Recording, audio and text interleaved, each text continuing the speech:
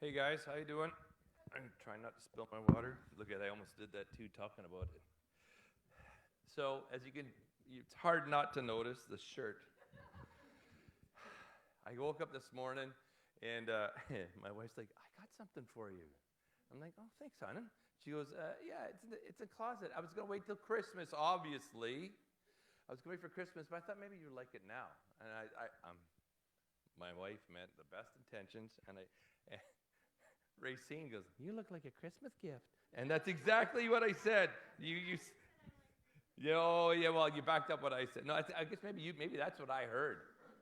I look like I just need the return tag. That's all.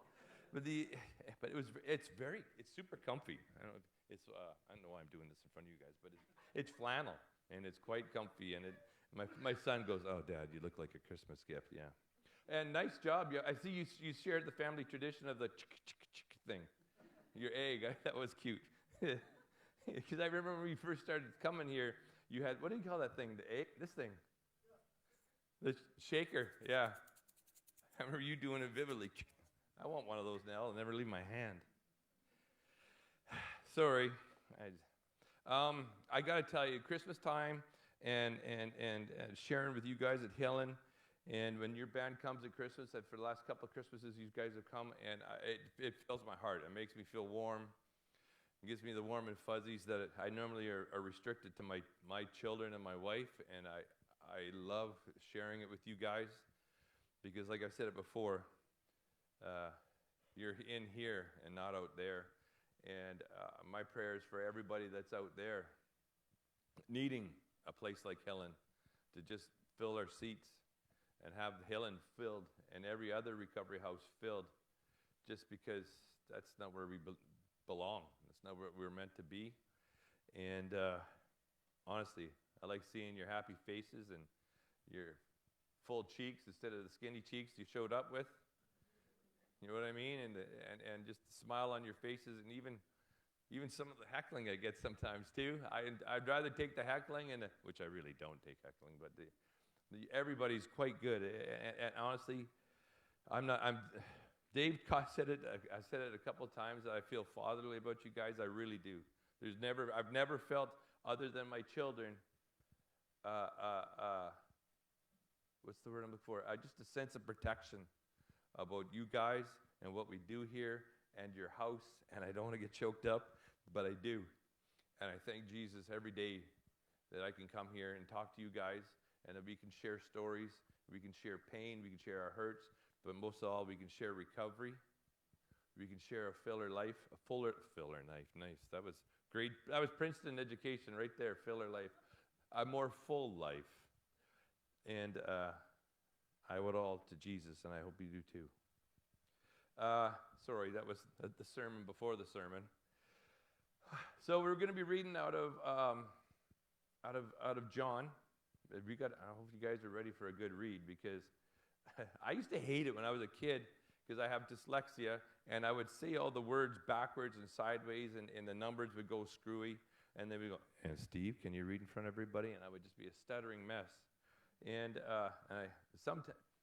I've come a long way. That's all I'm going to say, because now I get some nice big bold print, and I don't know what it is. I don't feel I can relax here, and I can actually read to you guys. So we're going to read, I got two. We're going to read out of John 11:45 all the way to the bottom, which I think is 53. We'll go over that, and then I'm going to read out of John 12, and we'll go over that as well. So let me find it here. And it just sort of give you a context of what's going on. The day before, Jesus has just healed his friend Lazarus. And Lazarus has been in jail. He's been in the grave with the stones sealed up for 4 days. He'd been dead for 4 days solid. And people are freaking out, "Jesus." And Jesus just stands there at the stone. He's like, "Roll the stone away." And they're like, "Oh, man, this is Jerusalem. It's hot here. It's gross here. Roll it. Roll it." And they're like, "No, Jesus, this is going to stink. It's going to be horrible. He's dead." And then Jesus just says, "Lazarus, come forth." And some things, I notice more things when I don't know what the deal is, but I notice things more, or it's more, maybe I'm more sensitive when I'm reading, because I really, like I said earlier to you guys, I really don't want to make a mistake. I don't want to come up here and tell you something that's not correct. But anyhow, the first I noticed, they said he was completely. If any of you guys are old enough to remember Carmen, and he had this big production on the screen, it was like, Lazarus, come forth, and it was a big video. And for those of you guys who have no idea who I'm talking about, he's a Christian singer, and he's pretty dramatic, and you can YouTube him. Majority of it, super corny. My kids just roll their eyes when they play it, but the cool one is Lazarus Come Forth, right? And you've seen Lazarus Come Forth. But he was in the, a couple pages or chapters back there, he was right there. Here, actually, I'll read it. And the dead man came out with his hands and feet bound in grave cloths. His face was wrapped in a headcloth, and Jesus told them, unwrap him and let him go. So this is what happened. After 4 days, the stone's been rolled away, and I don't know how you shuffle in that, but he came forth just the same. So now people are freaking out. People are freaking out, and we'll start from verse 45. Many of the people who were there with Mary and Martha were there with Lazarus, and believed in Jesus when they saw this happen. But some went to the Pharisees and told them what Jesus had done. Then the leading priests and Pharisees called the high council together. What are we going to do? They asked each other. This man certainly performs many miraculous signs. If you allow him to go on like this, soon everyone will believe him. And then the Roman army will come and destroy both our temple and our nation. Now, you all know I'm hard on these Bible names, so I'm going to try it. Caiaphas, who was high priest at the time, said, you don't know what you're talking about. Don't you realize it's better for you that one man should die for the people than the whole nation be destroyed? He did not say this on his own. As high priest at the time, he was led to prophesy that Jesus would die for the entire nation, and not only for that nation, but to bring together and unite all children of God scattered around the world. So from that time on, the Jewish leaders began to plot Jesus' death. And as a result, Jesus stopped his public ministry among the peoples and left Jerusalem. He went to a place near the wilderness at the edge of Ephraim. If I'm saying that wrong, somebody let me know. Ephraim, and stayed there with his disciples. It was almost time for the Jewish Passover celebration, and many people from all over the country arrived in Jerusalem several days early so they could go through the purification ceremony before the Passover began. They kept looking for Jesus, but as they stood around the temple, they said to each other, what do you think? He won't come to the Passover, will he? Meanwhile, leading priests and Pharisees publicly ordered that anyone seeing Jesus must report it immediately and arrest him. So we're going to go to the beginning of all this ridiculousness. And this is the part that I thought was awesome. You know, right off the hop there, if you want to go to 45, thank you. Many of the people who were there believed Jesus. I mean, who wouldn't? The man's been dead for 4 days. And I don't have to go into any more details than that. He's been dead for 4 days in the heat. And he comes forth, and Jesus says, unwind him. And this is the part that kind of blows me away, and it's telling of just how people can be sometimes. Verse 46, but some ran to the Pharisees. It's like, hey, he just rose the dead. Are you kidding? This guy's healing the dead.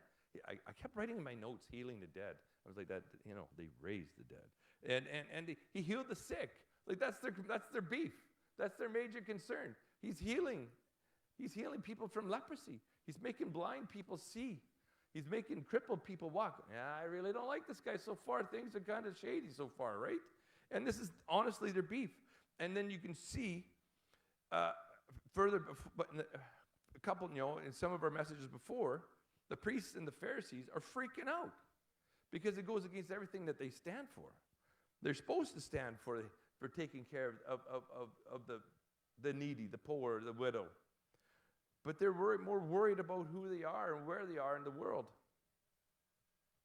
And verse 47, it says, the Pharisees, they denied his miracles. They opposed they were worried. They were worried. It says, and then the least called the high council. What are we going to do? This man certainly performs miraculous signs, and they agreed. And they were afraid because selfishly, They wanted to be able to influence the people. They wanted to look at Andrew and say, Andrew, I don't know. Anybody want to? No, instead of, God is saying the greatest commandment is to love one another, and that you are worthy of love, and that I love you. And these people were reaping nothing but condemnation and judgment on everybody to change their behavior. And it's never gotten me very far if you're nasty to me. And I can't imagine it, when Jesus comes with a complete opposite message. Their motivation was, like I said, pure selfish. Because you look at verse 48, they're freaking out. And in different translations, it says they were worried about our temple, meaning like my temple, not just like the people's temple, not the Jewish nation or the temple that this church belongs to everybody here. This doesn't belong. This is not the church of Steve. This is not Steve Church or Dave Church. It is Foursquare Northridge Church, SNL Church on Saturdays. It has nothing to do with me. It has all to do with him. And these guys are freaking out. What are we going to do? We're going to lose our church. And our nation, we're no longer going to have a stranglehold on our nation. And the long and the short of it, they were truly worried of just their lot, not their lot, but their status that they believed they had in life. And the ironic thing about it all is that these were religious leaders. These were men that were supposed to represent what God believed. They were supposed to represent God's love. But they were nothing but corrupt. They got caught up in it. And we're going to go to, and see if please work iPad, and it did. There we go. Book of 12. You know what I'm saying. The 12th book, please. Oh, and number 1. I went all the way to the wrong page. There we go. Okay, so I'm going to read this too, and this is the part that I just want to soak in a little bit on this. 6 days before the Passover celebration, Jesus arrived in Bethany. And this is how dumb I am sometimes, too. I'm a 70s kid, and I remember a couple of girls being named Bethany, and it just hit me. Bethany is a town. It's not a girl that I knew, right? What a dope.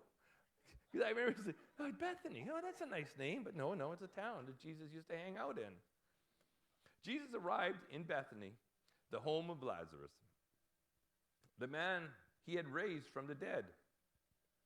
A dinner was prepared in Jesus' honor.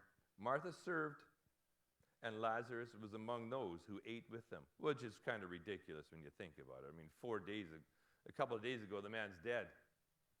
And now he's got a hunger. I would think so, right? I'm assuming.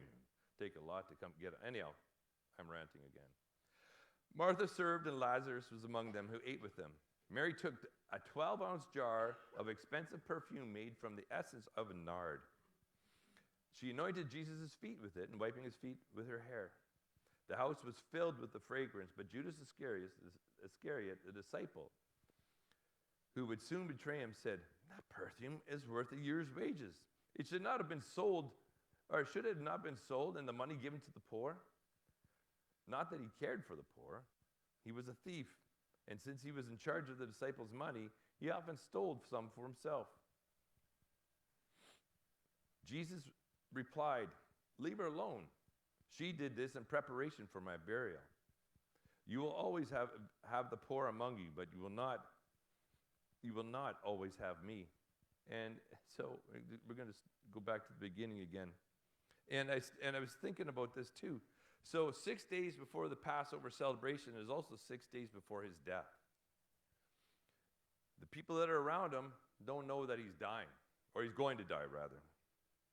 They're thinking, this is awesome. We're sitting here having a fantastic dinner. And then I was thinking about this too. What, just for a moment, ponder the thought, all of us, boom, now 6 days. We've got 6 days to go. Who are we going to meet?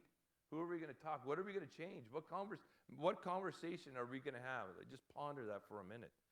6 days from now, who do you want to hang around with? And I started thinking about that, and I know you guys are going to already know my answers. My family, my children, my wife too. And all of them. I like all of them. I love them. I'll even use the stronger word. I love all of them. And I'd want to soak, and my friends who I care for dearly, I'd want to soak that in. I just want to, and I want them to know that if I got 6 days to go, that I'm not going to leave any ounce of my love left. Will be all given to the, I'm thinking, I don't want to start blubbering in front of everybody here, but I'm thinking that's generally what the most of us would do if we had an opportunity to tell somebody in 6 days that we were going to be gone, that we loved them, and what they meant to us, right? So Jesus, he's got 6 days, and so he's hanging around. In a couple chapters back, when Jesus was told that Lazarus was dead, it says he wept. So Jesus clearly liked Lazarus. And so he wanted to be with the people that he loved. And in different translations, it also says 6 days before the Passover, they arrived in Bethany. But in Matthew and Mark, they also said, this is a horrible nickname to have, but that they hung out at Simon the leper's house. And so it always makes me think of the old gangster movies. There's like Jimmy the Nose. Well, this guy's Simon the leper. And what a horror!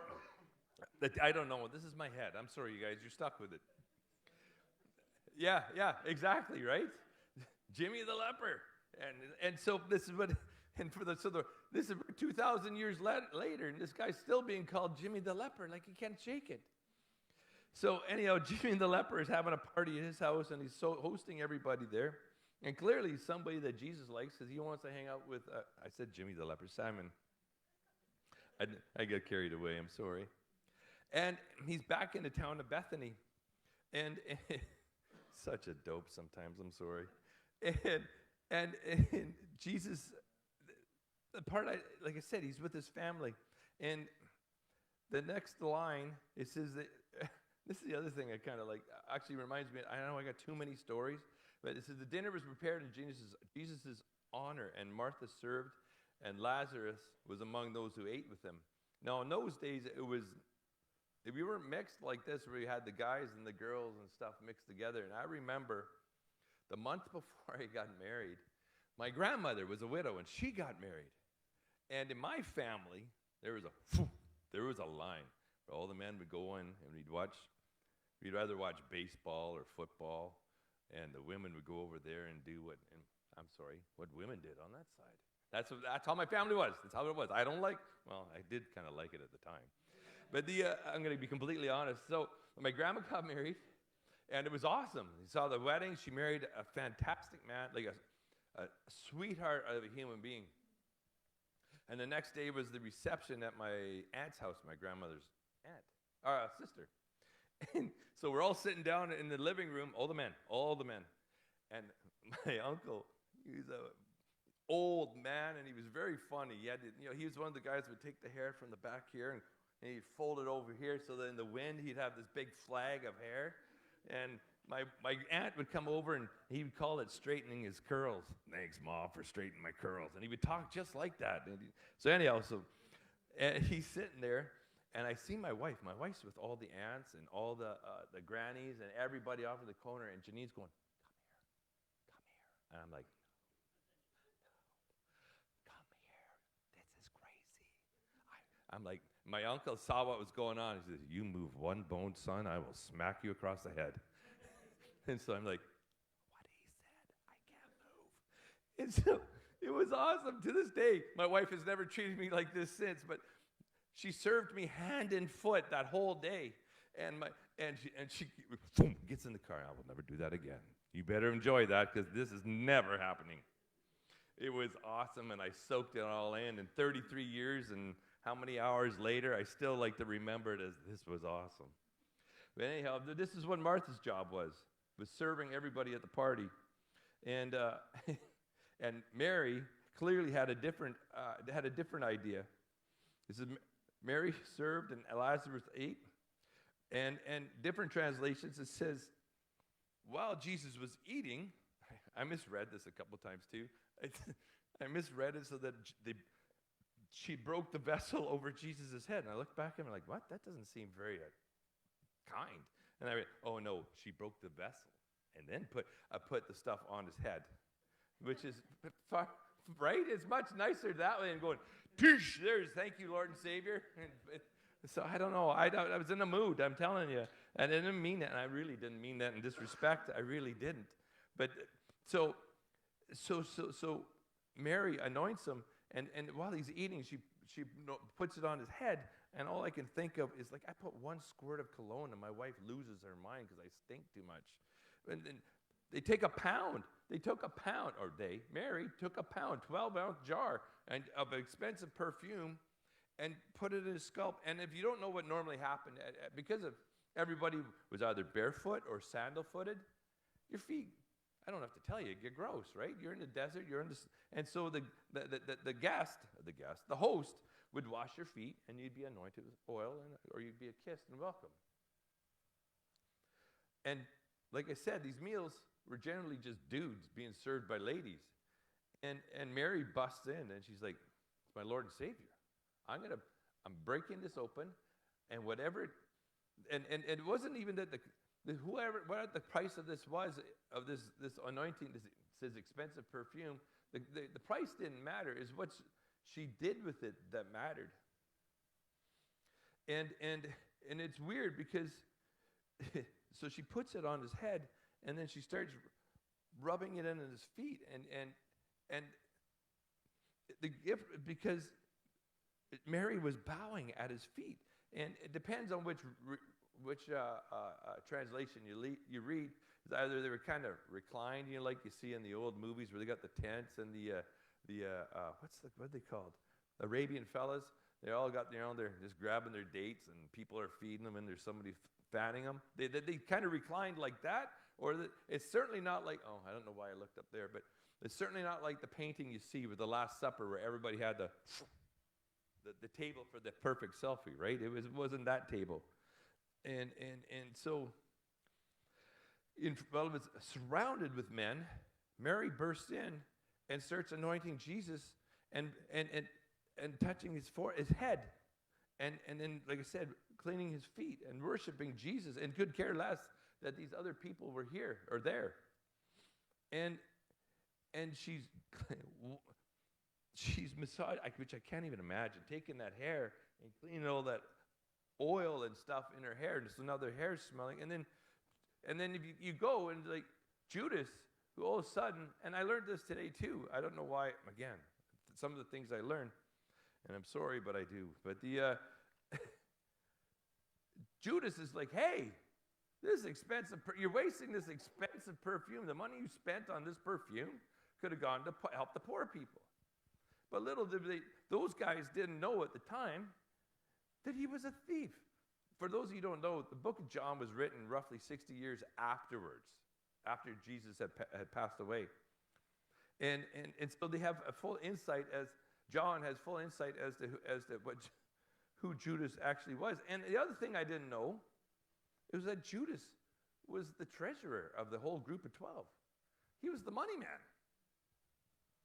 And obviously they trusted him. If he was the money man, that I'm horrible. Don't give me money.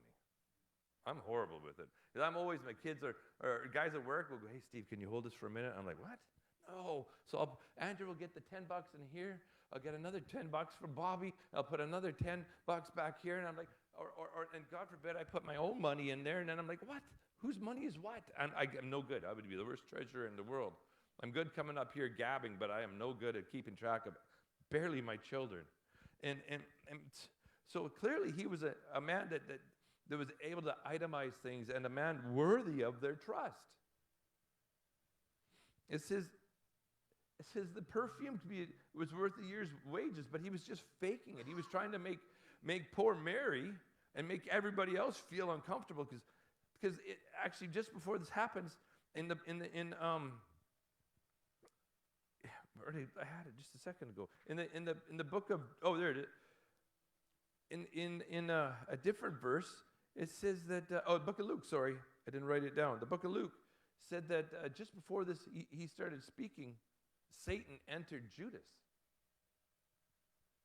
And And it didn't say how, if it was in his head or was a voice or whatever. And I tried to track it down and look for it. And it also says it happens again, too, when he hands Jesus over. Say, hey, guys, this is Jesus. Before he does that, it says Satan enters Judas. So this is the influence. This is the influence of Satan on Judas Iscariot. He's like, hey, he's trying to make everybody feel horrible for this lady worshiping God. And it says he didn't care. This is the other thing. For the rest of, as long as the Bible is existing, it says here, verse 6, it's the largest roast that you're ever going to get, and it's forever. It says, not that he cared for the poor. John knew he didn't care. It was a fake concern. He was a thief. I mean, that was the least of his worries later on. He was a thief, and he was in charge of the disciples' money and often stole the money himself, the money that was used to help the disciples eat, to help them bless people with food, help them bless people with lodging, the disciples with lodging. So you go to verse 7, and Jesus is telling him, leave her alone. She did this in preparation for my burial. Now the guys are freaking out. That's like if you send me a funeral flowers, right? And my wife comes home and is like, Steve, what's with the flowers? Why, those are funeral flowers. Why would you be having funeral? Well, I don't know. The kid gave me funeral flowers. I don't know why I got funeral flowers. But then these guys are all watching, right? Jesus knows why she's doing what she's doing. And it says she did this in preparation for my burial. You will always have the poor among you. Always.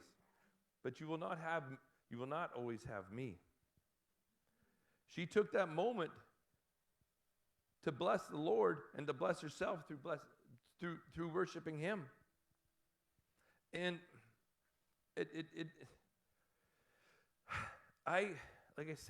this Christmas is always rough. It's gotten way better and way better. And like I say, I love spending Christmas here, or Christmas, our Saturday before Christmas. I absolutely love it. And I often think about, when it comes to this message too, 6 days, you got 6 days right now, 6 days. Who would you want to contact? What would you want to change right now? What would you want to guarantee of? Would you want to guarantee that your little brother or your little sister is going to know that you love them? Is your mother, your father, going to know that you love them?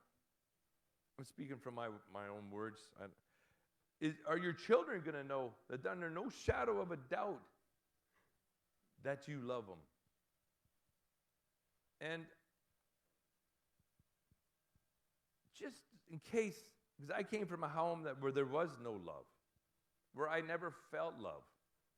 And I never, even when I was married, I still am, when I first got married, right? I don't know why I keep doing that. But when I first got married, honestly, I doubted how that my wife could love me, because I felt unlovable.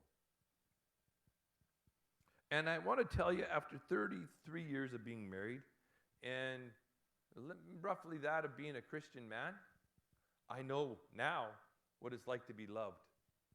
I know who I'm going to visit if I have 6 days, if I had 6 days today. And I pray, truly pray for each and everybody here, that if something was to happen, that you know where you would be on the 7th day. Because God knows the most of us have gone through enough hell here that we don't need an eternity of it. Band, if you want to come up. Or not. Or come up, and I'll let you guys go.